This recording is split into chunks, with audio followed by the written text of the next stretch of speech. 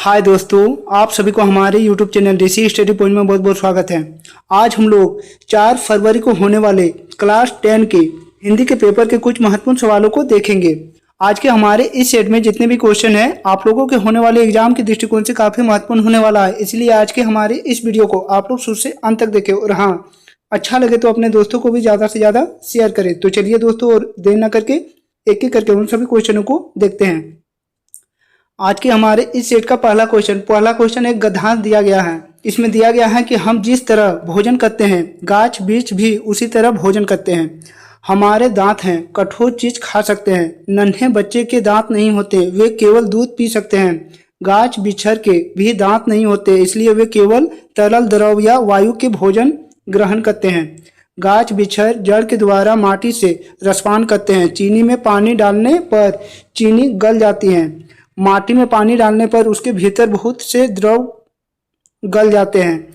गाछ बिछड़ वे भी तमाम द्रव सोखते हैं। जड़ों को पानी न मिलने पर पेड़ का भोजन बंद हो जाता है, पेड़ मर जाता है।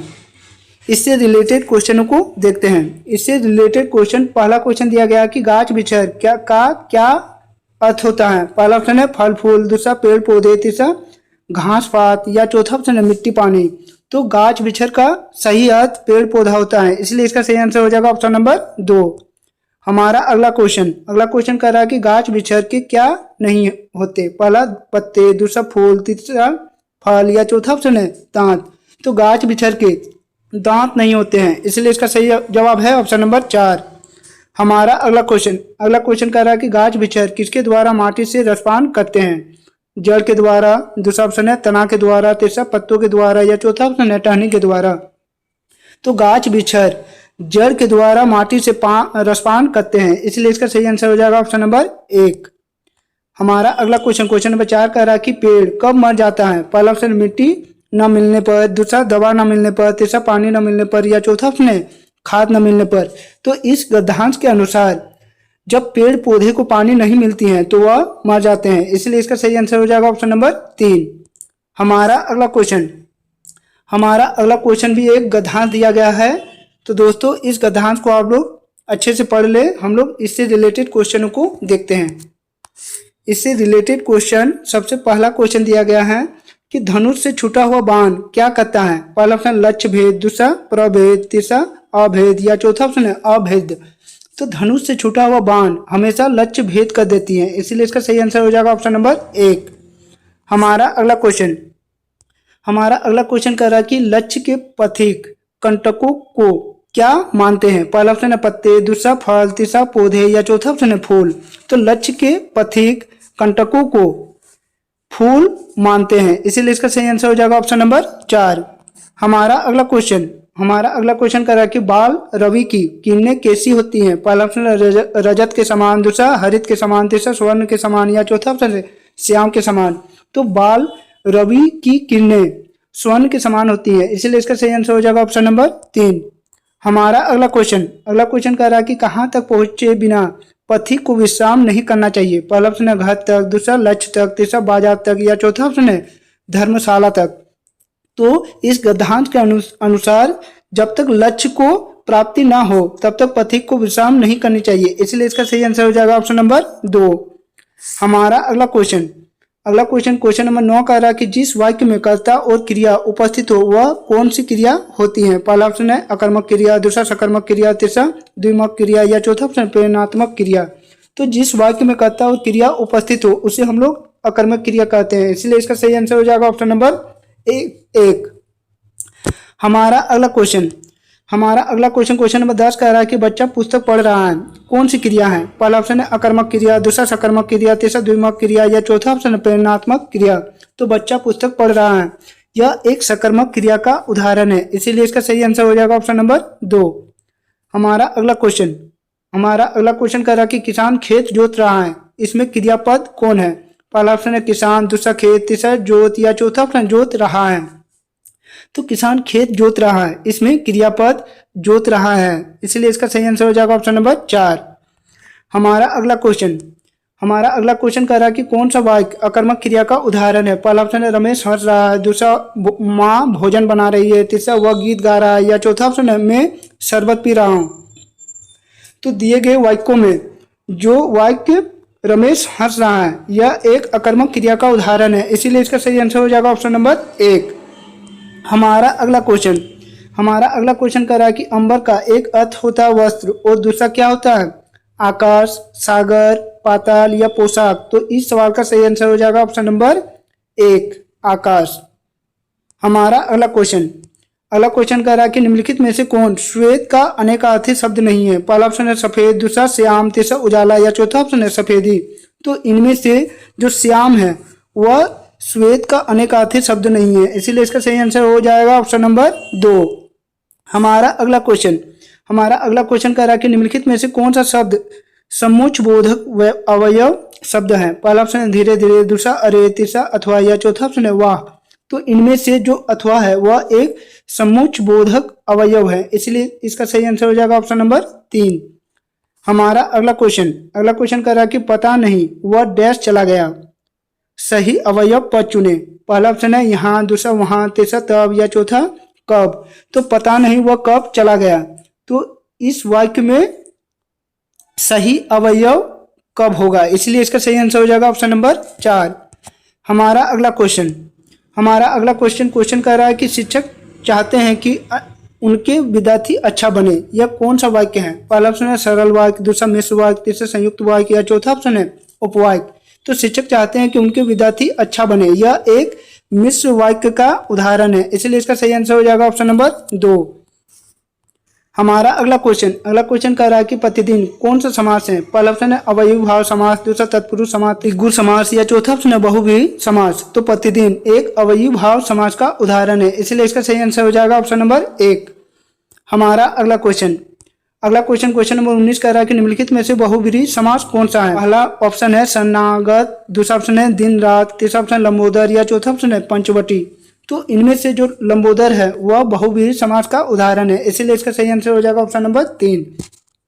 हमारा अगला क्वेश्चन कह रहा है कि पंछी आकाश में उड़ेंगे, यह कौन सा वाच्य है? पहला ऑप्शन है कर्तव्यवाच्य, दूसरा कर्मवाच्य, तीसरा भाववाच्य या चौथा ऑप्शन इनमें से कोई नहीं। तो पंछी आकाश में उड़ेंगे यह एक कर्तव्यवाच्य है, इसलिए इसका सही आंसर हो जाएगा ऑप्शन नंबर 1। हमारा अगला क्वेश्चन भी एक गद्यांश दिया गया है। इसमें दिया गया है कि बाल गोविंद भगत की संगीत साधना का चरम उत्कर्ष उस दिन देखा गया जिस दिन उनका बेटा मरा। एक लौता बेटा था, वह कुछ सुस्त और बोधा सा था, किंतु इसी के कारण बाल गोविंद भगत उसे और भी मानते। इससे रिलेटेड पहला क्वेश्चन दिया गया है कि बाल गोविंद भगत का बेटा कितना था? पहला ऑप्शन है 1, दूसरा 2, तीसरा 3 या चौथा ऑप्शन है 4। तो बाल गोविंद भगत का एक बेटा था, इसलिए इसका सही आंसर हो जाएगा ऑप्शन नंबर 1। हमारा अगला क्वेश्चन कह रहा था कि बाल गोविंद भगत का बेटा कैसा था? पहला सुस्त, दूसरा दुरुस्त, तीसरा तंदुरुस्त या चौथा ऑप्शन है सुस्त और बोधा सा। तो बाल गोविंद भगत का बेटा एक सुस्त और बोधा सा लड़का था, इसीलिए इसका सही आंसर हो जाएगा ऑप्शन नंबर 4। हमारा अगला क्वेश्चन भी एक कहानी दिया गया है, इससे रिलेटेड नीचे क्वेश्चन दिया गया है। इसमें दिया गया है कि फादर को जहरबाद से नहीं मानना चाहिए था, जिसकी रगा में दूसरों के लिए मिठास भरे अमृत के अतिरिक्त और कुछ नहीं था, उसके लिए इस जहर का विधान क्यों? तो चलिए दोस्तों इससे रिलेटेड क्वेश्चनों को देखते हैं। तो इसमें सबसे पहला क्वेश्चन दिया गया कि फादर बुल्के की मृत्यु किस रोग से हुई? पहला ऑप्शन है जहरबाद से, दूसरा तपेदिक से, तीसरा ऑप्शन है कैंसर से या चौथा ऑप्शन ज्वार से। तो फादर बुल्के की मृत्यु जहरबाद से हुई थी, इसलिए इसका सही आंसर हो जाएगा ऑप्शन नंबर 1। हमारा अगला क्वेश्चन कह रहा है कि विधान का क्या अर्थ होता है? पहला ऑप्शन है विधा, दूसरा विधा, तीसरा विबंध या चौथा ऑप्शन है नियम। तो विधान का सही अर्थ नियम होता है, इसलिए इसका सही आंसर हो जाएगा ऑप्शन नंबर 4। हमारा अगला क्वेश्चन एक काव्यांश दिया गया है। तो दोस्तों आप लोग इसे अच्छे से पढ़ ले, हम लोग इससे रिलेटेड क्वेश्चनों को देखते हैं। इससे रिलेटेड सबसे पहला क्वेश्चन दिया गया कि गोपियों की दशा किस पंछी की तरह हो गई? पहला ऑप्शन है हारिल पंछी की तरह, दूसरा हरित पंछी की तरह, तीसरा हिरन की तरह या चौथा ऑप्शन है कपोत की तरह। तो गोपियों की दशा एक हारिल पंछी की तरह हो गई थी, इसलिए इसका सही आंसर हो जाएगा ऑप्शन नंबर 1। हमारा अगला क्वेश्चन दिया गया कि यहाँ नंदन किसे कहा गया है? पहला ऑप्शन उद्धव को, दूसरा क्रूर को, तीसरा ऑप्शन है सुदामा को, या चौथा ऑप्शन है कृष्ण को। तो यहाँ नंद नंदन भगवान कृष्ण को कहा गया है, इसलिए इसका सही आंसर हो जाएगा ऑप्शन नंबर 4। हमारा अगला क्वेश्चन भी एक गद्यांश दिया गया है, इसे आप लोग अच्छी तरह से पढ़ ले। हम लोग इससे रिलेटेड क्वेश्चनों को देखते हैं।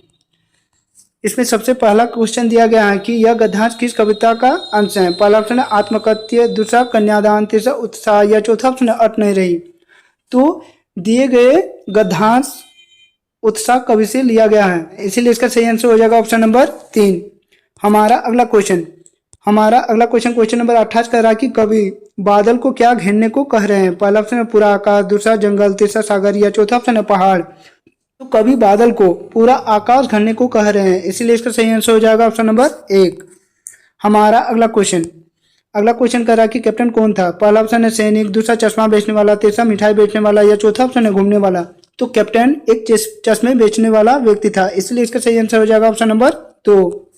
हमारा अगला क्वेश्चन कह रहा है कि लेखक ने खीरा खाने से क्यों इनकार कर दिया? पहला ऑप्शन है आत्मसम्मान की रक्षा के लिए, दूसरा खाने की इच्छा नहीं थी, तीसरा घमंडी होने के कारण, या चौथा ऑप्शन है दूसरों की चीज खाना पसंद नहीं था। तो लेखक ने खीरा खाने से इनकार कर दिया, वह अपना आत्मसम्मान की रक्षा करना चाहते थे, इसलिए इसका सही आंसर हो जाएगा ऑप्शन नंबर 1।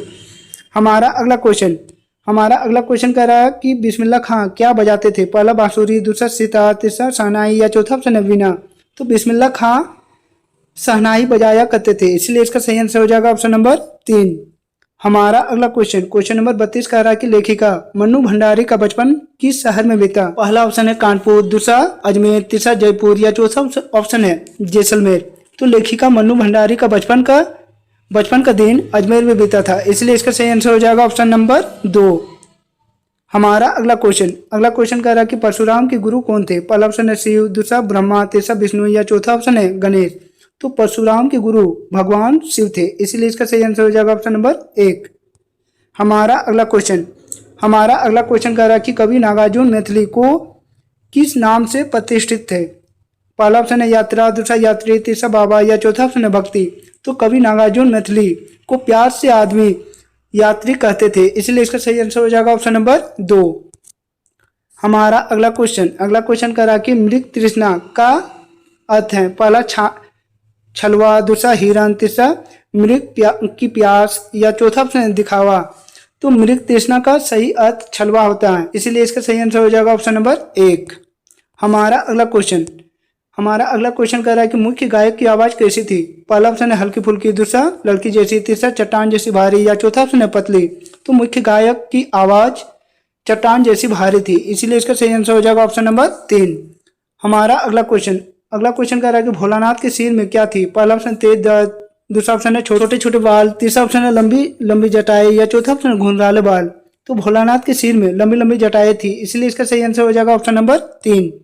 हमारा अगला क्वेश्चन नंबर 38 कह रहा है कि कभी कभी बच्चे किसका जुलूस निकालते थे? पहला ऑप्शन नारेबाजी का, दूसरा बारात का, तीसरा संगीत का, या चौथा ऑप्शन है खेल का। तो कभी कभी बच्चे बारात का जुलूस निकालते थे, इसीलिए इसका सही आंसर हो जाएगा ऑप्शन नंबर 2।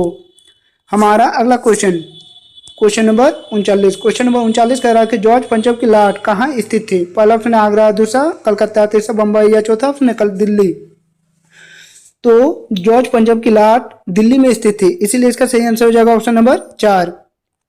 हमारा अगला क्वेश्चन और हमारे इस सेट का आखिरी अगला क्वेश्चन कह रहा है कि गंगटोक नगर किस राज्य की राजधानी है? पहला ऑप्शन है सिक्किम, दूसरा असम, तीसरा अरुणाचल प्रदेश, या चौथा ऑप्शन है मिजोरम। तो गंगटोक नगर सिक्किम राज्य की राजधानी है, इसीलिए इसका सही जवाब है ऑप्शन नंबर 1। तो दोस्तों यह था आप लोगों के होने वाले 4 फरवरी के कुछ महत्वपूर्ण क्वेश्चन। इसी तरह के अच्छे वीडियो को सबसे पहले देखना चाहते हैं तो हमारे इस चैनल को सब्सक्राइब कर ले और बेल आइकन को दबा ले, ताकि हमारे इस चैनल में जब भी कोई नया वीडियो अपलोड हो आप तक नोटिफिकेशन सबसे पहले पहुंचे। तो चलिए दोस्तों और एक नए वीडियो के साथ फिर मिलते हैं, तब तक के लिए बाय।